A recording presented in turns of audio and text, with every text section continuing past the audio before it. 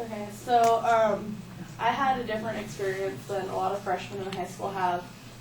I'd probably been, it was my first week of freshman year, and a lot of people, they're worried about what clothes are in style or, who they want to ask to the dance. Mine was if I was to live to see the next day. My first week of school, I started having, flu-like symptoms, and I've always been the kid to where anything where I could get out of school, that was my thing. I was always calling my mom, oh my gosh, I think I'm dying. I need to come home. That's always been my MO. So when I told my mom, she was like, Taylor, you're lying. I was like, no, I seriously think I'm sick. Something's seriously wrong. And so I was probably home for about a week, and I was feeling a lot better. And so my mom was like, okay, you're going to go to school tomorrow. And I was like, okay, no big deal. And I was talking to my mom, and all of a sudden it just sounded like I was wasted. My speech was extremely slurred. And my mom looked at me and she's like, what's wrong with you? And I was like, I have no idea. So she rushed me to the emergency room over at St. Jude. And I was there for a few hours, and they told me I had sinusitis, which is just a really bad sinus infection. And I've always had problems with my sinuses, which you can probably tell right now.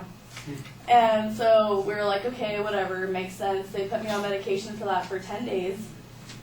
And the day I got off of that, I was feeling a lot better.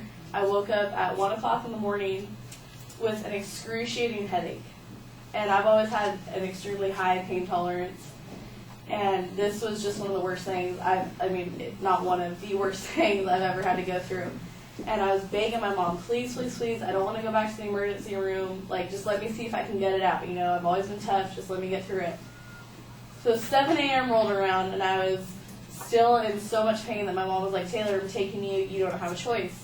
So she rushed me back to the emergency room, and they didn't even have me wait in the waiting room. They saw me, and they were like, boom, you're in a room. We need to figure out what's wrong with you. And they did MRIs, CAT scans. I got a spinal tap, which I guess is supposed to be really painful. I was already in so much pain, I didn't even feel it. I didn't even flinch. And so they were like, we have no idea what's wrong with you. We don't have the ability to treat you, so we're going to send you over to CHOC. My best friend had just passed away from cancer, so I'm thinking CHOC, cancer, oh my God, this is horrible. So they took me over to CHOC, and they told me they thought I had the West Nile virus, which is when that was a huge thing, and, everyone was passing away from it. And so I thought that was the biggest of my concerns. Boy, was I wrong. They had me in an isolated room because they didn't know what I had.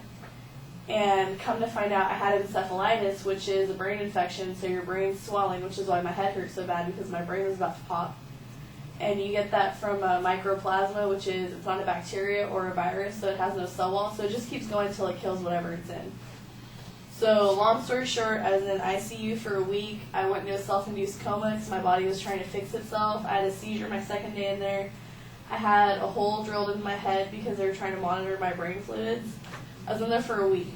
They moved me to a regular room. They told me, oh, you might not remember your family, how to read, how to write, say no to strangers, nothing. I could pretty much start over from square one.